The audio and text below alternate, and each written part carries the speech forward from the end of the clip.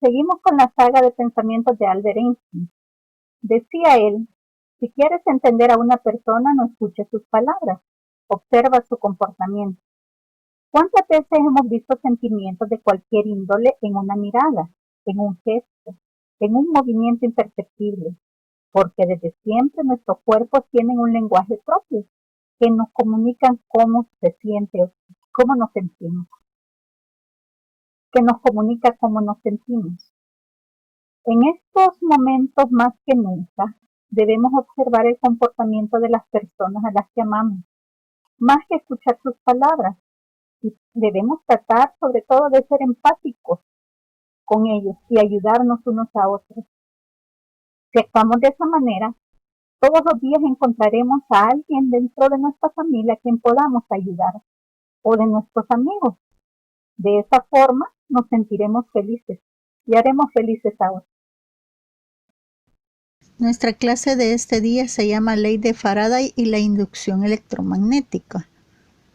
Vamos a comenzar hablando un poco acerca de qué es eso de inducción electromagnética. Y esto es un fenómeno físico que consiste en producir una corriente eléctrica por medio de un campo magnético. Como pueden ver acá, ¿verdad? Yo tengo dos espiras, una de ellas conectada a un circuito con un interruptor que ahorita está abierto y la otra está conectada nada más que a un voltímetro, solo para ver si hay voltaje o no a través de la espira. Cuando yo cierro el interruptor, usted sabe que aprendimos hace poco que toda corriente eléctrica produce un campo magnético. Entonces, al cerrar el interruptor, la corriente empieza a fluir. Esta corriente va a producir un campo magnético. Este campo magnético va a influir en la otra espira, que a pesar de no estar conectada, va a sentir su influencia y se va a producir una corriente. A esta se le llama corriente inducida. Veamos en un interactivo cómo funciona para que lo comprendamos mejor. Tengo aquí una bobina conectada a un circuito abierto y tengo una bobina que no está conectada a nada, sino que a ella está conectada a un foco. Cuando yo cierro el circuito, la corriente empieza a fluir, genera un campo magnético. Este campo magnético influye en la otra bobina, produciendo así una corriente inducida que hace que el foco se encienda. A pesar de que esa no está conectada directamente a un generador de corriente, la corriente se genera. Entonces a esto le llamamos corriente inducida. Vamos a hablar en esta clase cómo se genera, cuáles son los principios físicos que permiten que esto pase. Entonces la pregunta aquí es cómo se produce la inducción electromagnética. Para poder hablar de cómo se induce, quiero que recordemos un concepto que ya vimos cuando vimos electricidad. En electricidad hablamos acerca de flujo eléctrico. Ahora vamos a hablar de flujo magnético, pero es el mismo principio. Recuerdan que hablamos en ese momento que habían líneas de campo eléctrico que atravesaban un área. Pues ahora en vez de tener líneas de campo eléctrico vamos a tener líneas de campo magnético y siempre vamos a tener un área. ¿A qué le vamos a llamar flujo magnético? A la cantidad de líneas del campo magnético que atraviesan esta área que estamos estudiando. A mayor cantidad de áreas, mayor es el flujo magnético.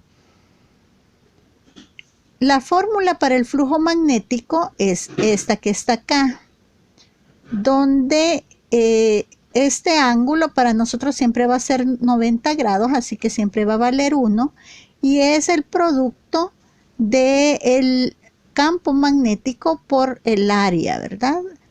El campo magnético se mide en Tesla, el flujo magnético se mide en Weber y el área se mide en metros cuadrados.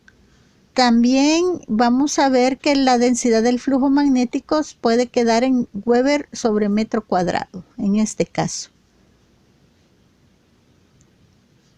Entonces, aplicando este concepto, cuando yo tengo este caso, ¿verdad? El flujo magnético es 0 porque ninguna línea está atravesando el área. En este caso, ya tengo un campo magnético, un flujo magnético, distinto de cero. En este caso ya tengo un flujo magnético distinto de cero porque hay cierta cantidad de líneas que atraviesan el área que estoy estudiando.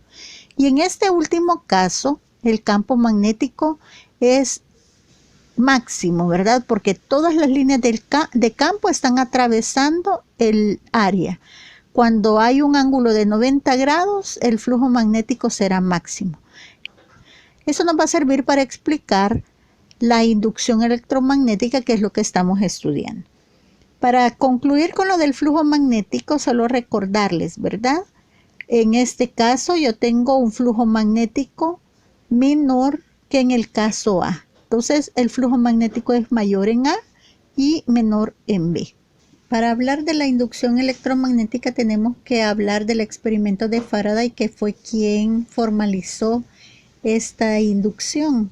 Entonces, lo que él hizo fue conectar una bobina a un voltímetro y mover meter y sacar un imán dentro de la bobina. Y lo que él obtuvo fue lo siguiente. Él se dio cuenta que mientras el imán estaba cerca no pasaba nada con la bobina. Pero una vez que el imán se introducía a la espira, miren lo que sucede. Se empieza a producir una corriente inducida. Y muestra de ello es que la aguja del amperímetro se mueve. Se movió hacia acá y luego regresó a cero. Cuando pasó el imán de nuevo, al quedarse quieto, la corriente se interrumpe. Al retirar el imán, de nuevo se puede ver que la aguja se mueve, pero al lado contrario, ¿verdad? Ya vamos a explicar por qué. Al terminar de salir el imán, nuevamente se acaba la corriente inducida. Entonces, lo que descubrió William Faraday es que se puede producir electricidad metiendo y sacando el imán repetidas veces, como veremos ahorita. Vaya, en este interactivo tengo una bobina conectada a un voltímetro y un foquito, ¿verdad? Para que veamos que así se produce un cambio en el voltaje, agarramos el imán. Al meterlo se produce luz, al sacarlo no, y también una diferencia de potencial, ¿verdad? Entre más lento se haga el movimiento,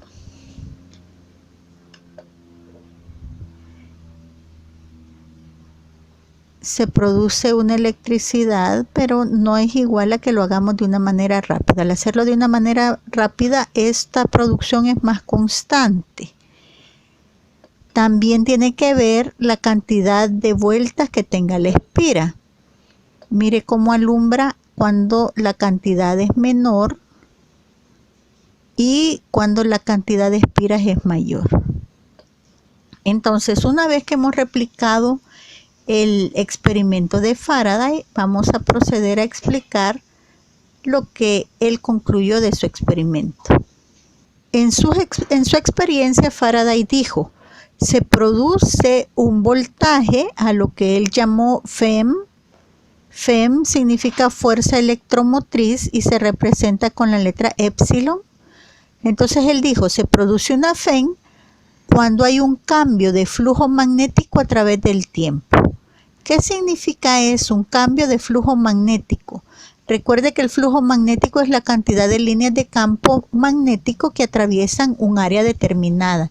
En el experimento que él hizo, la cantidad de líneas de campo cambia en el tiempo y al cambiar en el tiempo es que se produce la electricidad.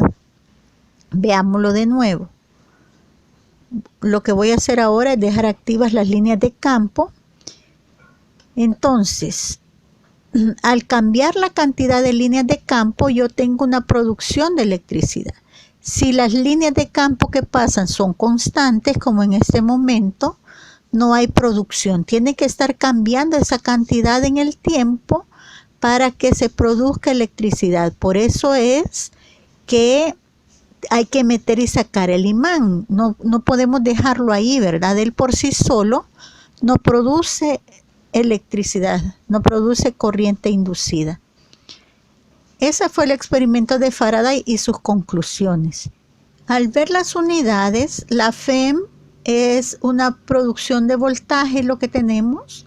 Va a ser igual a Weber, que son las unidades del flujo magnético, sobre segundo. Esto me tiene que dar volt, ¿verdad? La fórmula de Faraday fue esta. E, o sea, la corriente inducida va a ser igual a menos N por el cambio de flujo magnético sobre el cambio de tiempo. ¿Qué significa esta N? Lo que ya explicamos con anterioridad. N representa el número de vueltas que tiene la espira. Y como ya habíamos explicado anteriormente, hay una diferencia en el voltaje que se produce cuando tengo más vueltas al voltaje que se produce cuando tengo menos vueltas. Se produce menos voltaje aquí y más voltaje aquí, ¿verdad? Pueden ver que cuando lo hago bien, el foquito alumbra más, ¿ve? En cambio aquí alumbra menos. ¿Por qué? La diferencia es el número de vueltas que la espira tiene. Entonces esta N representa ese número de vueltas. A mayor número de vueltas, mayor corriente inducida voy a tener. ¿Qué significa este signo menos? Ese signo menos representa la ley de Lenz. Por eso a esta se le conoce como la ley de Faraday y Lenz. Lenz lo único que hizo fue poner este signo menos. ¿Qué significa ese signo menos? Ese signo menos representa el sentido de la corriente inducida. Y lo que Lenz dijo es que la corriente que se induce tiene un sentido contrario a la variación del flujo magnético que lo provoca. Para que entendamos un poco esto, tenemos que recordar dos cosas. Primero, lo que dijo Ørsted, toda corriente produce un campo magnético. Y ahora Faraday descubrió lo contrario, que también todo campo magnético es capaz de producir una corriente. Entonces lo que dice Lenz es algo así. Le explico con un interactivo. Para explicar, yo voy a usar este interactivo que es un símil. Tengo una bicicleta. Este foquito lo voy a poner acá para que veamos la producción de la corriente inducida. Vaya, una vez que tengo el foquito en su posición, voy a empezar a pedalear. Aquí puedo regular la velocidad con la que voy a pedalear. Y una vez que empieza a pedalear, se empieza a producir una corriente. Lo que descubrió Lenz es algo como esto. Mire hacia dónde está pedaleando. Está pedaleando hacia acá, en sentido contrario a las agujas del reloj. Mire hacia dónde va la corriente inducida. Va hacia acá. Entonces, el sentido de la corriente inducida es contraria al sentido del movimiento que produce esa corriente. Eso es lo que descubrió Lenz. Lo que Lenz descubrió es que usted sabe que cuando yo meto el imán se me produce una corriente inducida, pero esta corriente inducida, como dijo Ørsted, también va a producir un campo magnético. Y ese campo magnético de nuevo va a producir una corriente inducida. Esa nueva corriente inducida producida por el campo magnético es contraria a la corriente que la produjo. Eso es en esencia la ley de Lenz. Entonces, cuando yo produzco corriente inducida por este medio, gracias a la ley de Faraday y Lenz, nosotros podemos saber que cuando se introduce el imán, se produce una corriente inducida en un sentido, y al sacar el imán se produce una corriente inducida en sentido contrario. Esa es la razón por la cual el voltímetro primero se movía hacia un lado la aguja y luego se movía hacia el otro lado la aguja, como podemos ver de nuevo. Eso lo podemos ver en este interactivo. Cuando yo meto el imán, fíjese en lo que sucede con la aguja del amperímetro en este caso. Al meter el imán, la aguja se mueve hacia este lado, produciendo una corriente negativa, podríamos decir. Luego regresa a cero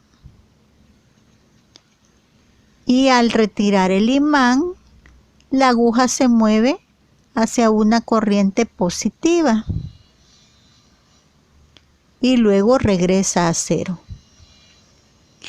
Entonces, el tipo de corriente que se obtiene con este tipo de producción es una corriente alterna que tiene esta forma, ¿verdad?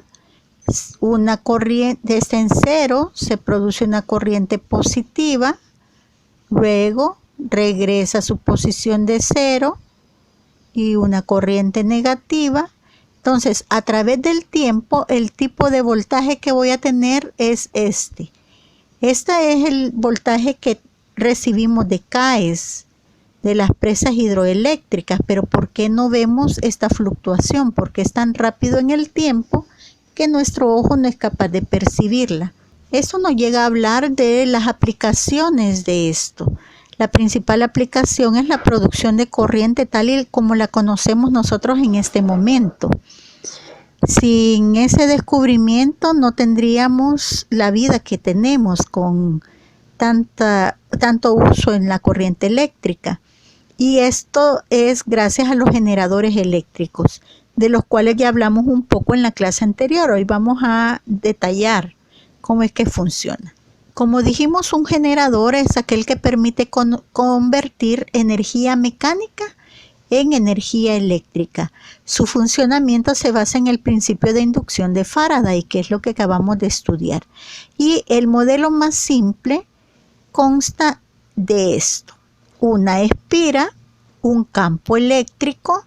Esta espira, como ven, está conectada a un foquito solo para ver la conducción, ¿verdad? Este campo eléctrico es constante. Esto lo genera usted con dos imanes. Entonces, cuando la espira está girando, la cantidad de líneas que atraviesan la espira está cambiando. Por eso es que se produce electricidad, porque la ley de Faraday dice que si en el tiempo la cantidad de flujo magnético cambia dentro de un área determinada, hay inducción. Entonces aquí la cantidad de flujo magnético está cambiando dentro de la espira y por eso hay inducción. Se vería algo así, ¿verdad? Aquí lo tenemos a través del tiempo. Aquí tengo una cantidad máxima de líneas de campo, una cantidad nula, una cantidad máxima, una cantidad nula, una cantidad máxima. Entonces tendría una producción de corriente así, ¿verdad?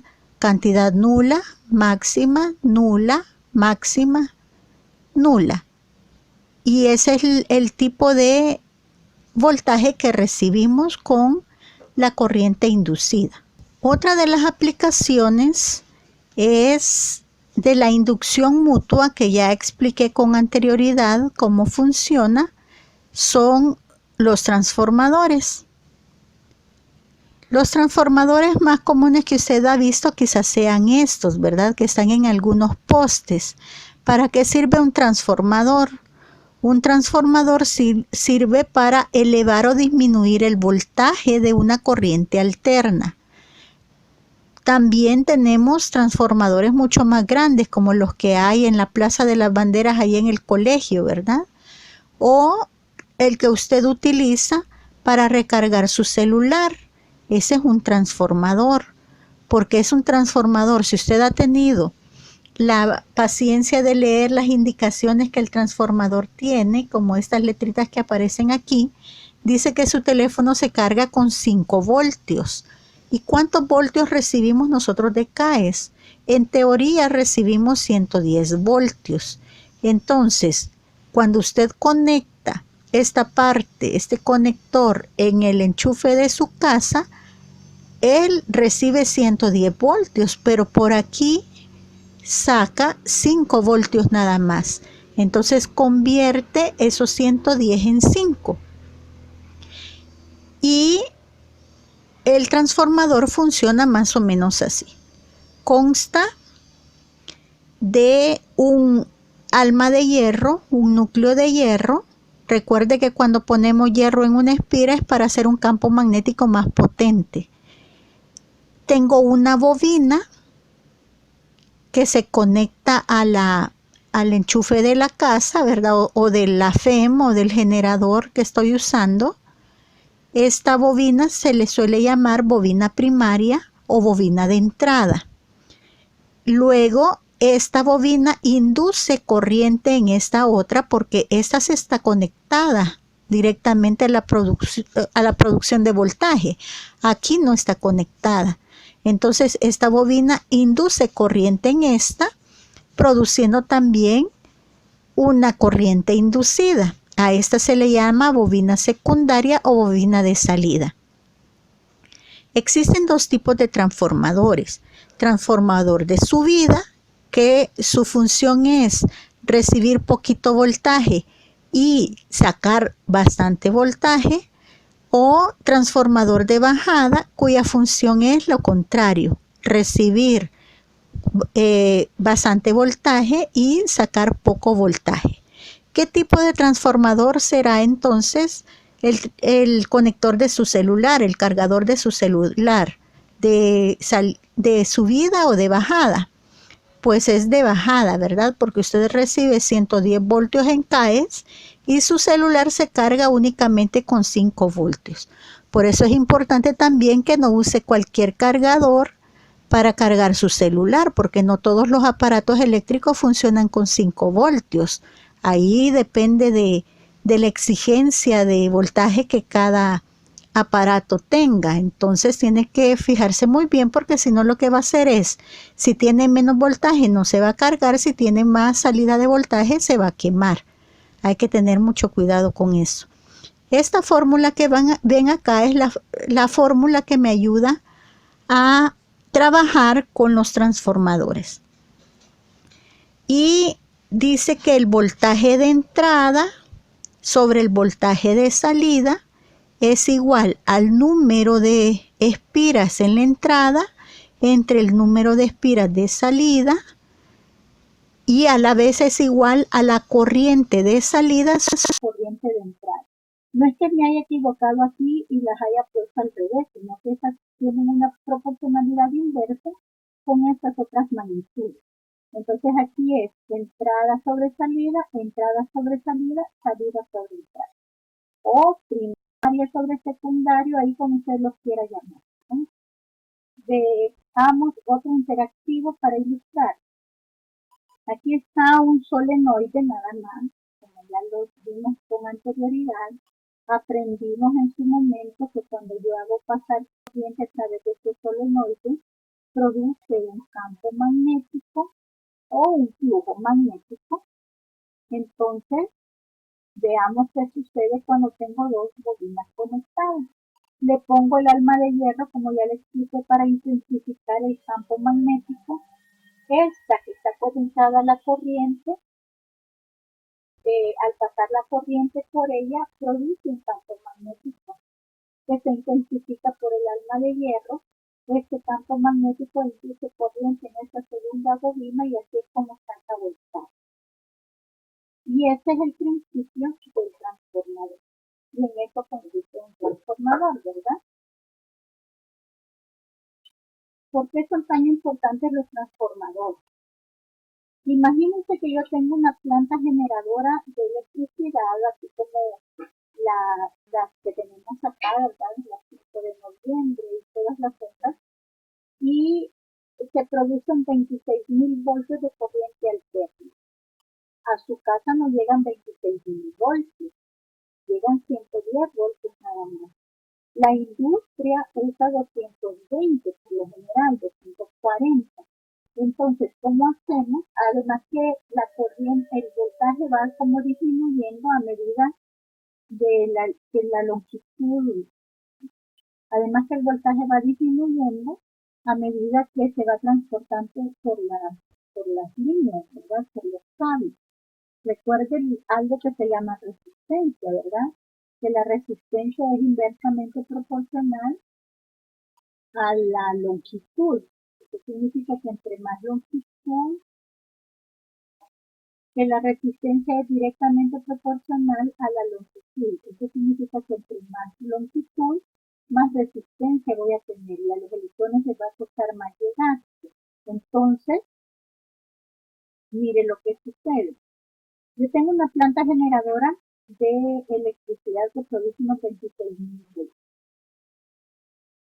Luego, cuando sale de ahí, pasa por un transformador y aumenta el voltaje entre 138.000 voltios y 765.000 voltios para contrarrestar las pérdidas durante la transmisión por los cables.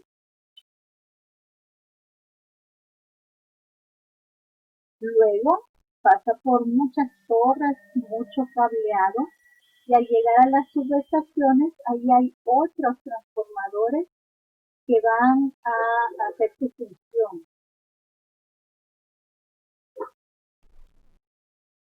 Cuando se distribuye a la industria pesada suele utilizarse entre 3.000 voltios. Eso se hace utilizando transformadores.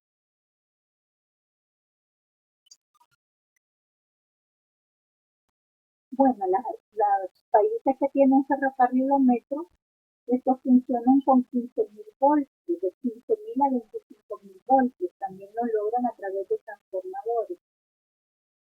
Y a nuestra casa, y a la industria ligera llegan entre 380 y 415 voltios, para que finalmente llegue a nuestra casa una cantidad no de 220 o 240, sino de entre 110 y 100 voltios. Eso es lo que nosotros recibimos. En Sudamérica y en Europa se usa este voltaje en las casas. También si usted tiene cocina eléctrica y le ponen este voltaje, ¿verdad? Por eso es tan importante el uso de los transformadores. Sin ellos no podríamos utilizar la electricidad como la utilizamos. Para terminar con la clase veremos la resolución de un ejercicio para ver cómo se aplica la fórmula. Es sumamente sencilla, lo único que tenemos que recordar es ser ordenado, ¿verdad? Dice aquí el enunciado: el cargador de mi celular acepta 110 voltios de entrada y recibe 5 voltios de salida en un transformador cuya bobina primaria tiene 20 vueltas. Calcule, literal A, el número de espiras en la bobina secundaria y literal B, la corriente de entrada hacia la salida se registra 1 amperio. Entonces mi transformador es un transformador de bajada, como ya dijimos, porque recibe 110 voltios y saca 5 voltios. Así que esta es mi bobina de entrada, la que conecto a un generador de corriente alterna. Este símbolo es de corriente alterna, ¿verdad? Tengo los 110 voltios de entrada y recibo 5 voltios de salida. Me dice además que la bobina de entrada o primaria tiene 20 vueltas. ¿Cuánta tendrá la secundaria? Debe tener menos, porque recuerde que la corriente inducida es directamente proporcional al número de vueltas según la ley de Faraday. Y en el literal B me pide que encuentre la corriente de entrada si a la salida recibo 1 amperio. Así que aquí tengo planteado para el literal A, solo relacionamos dos razones para poder resolver el ejercicio. Esto con esto, esto con esto o esto con esto, dependiendo de lo que necesitemos. En este caso voy a usar el dato que tengo completo, que es el voltaje. Así que voy a usar esta parte y como quiero encontrar el número de vueltas, la voy a igualar con esta otra. Por eso tengo aquí N1 sobre N2 igual a B1 sobre B2. Sustituyamos los valores. En vez de N1 tengo que escribir el número de vueltas de entrada, que en este caso sería 20 vueltas. Queremos averiguar el número de vueltas de la bobina de salida. En vez de V1 voy a poner el voltaje de entrada, que en este caso son 110 voltios.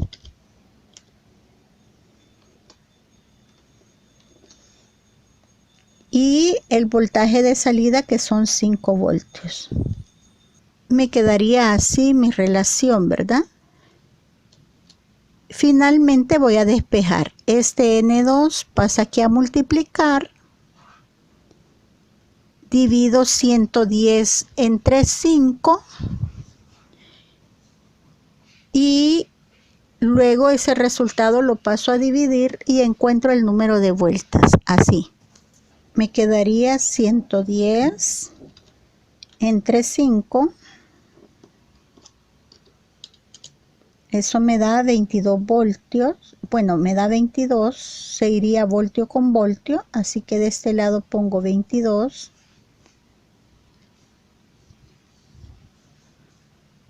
Por el N2 que voy a pasar de acá.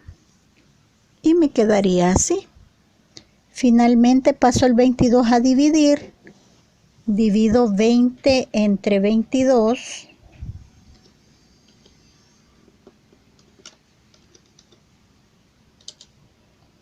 Y me da 0.91. Como no puedo tener media vuelta, entonces lo redondeo, ¿verdad? El número de vueltas en la bobina de salida tiene que ser una vuelta. Como se dan cuenta, es bastante menor el número de vueltas, ya que es un transformador de bajada.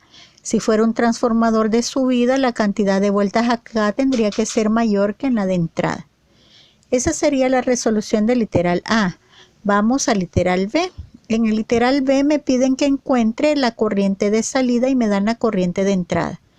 Voy a relacionar los voltajes porque es más exacto que el número de vueltas, ya que aquí hice una aproximación. Así que voy a relacionar los voltajes con las corrientes, quedándome la fórmula así.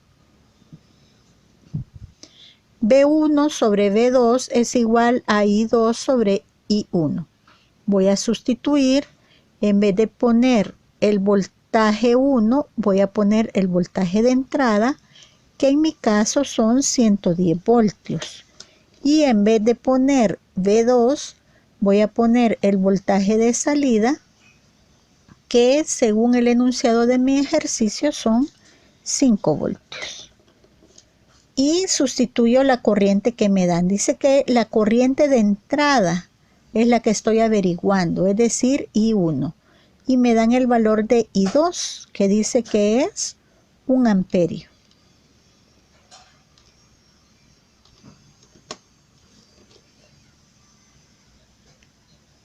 Una vez que tengo planteada la ecuación, procedo a hacer esta división, que me da 22, se va voltio con voltio y me quedaría así. Al hacer esta división me da 22, paso la corriente de entrada aquí a multiplicar, como ven acá, y ya me queda 1 amperio. Así que ahora paso este 22 a dividir y encuentro el valor de la corriente de entrada. Al efectuar esta división me quedará así: 1 entre 22 igual 0.05. Entonces la corriente de entrada tiene un valor de 0.05 amperios. Y eso es todo. Vamos al espacio de preguntas y respuestas.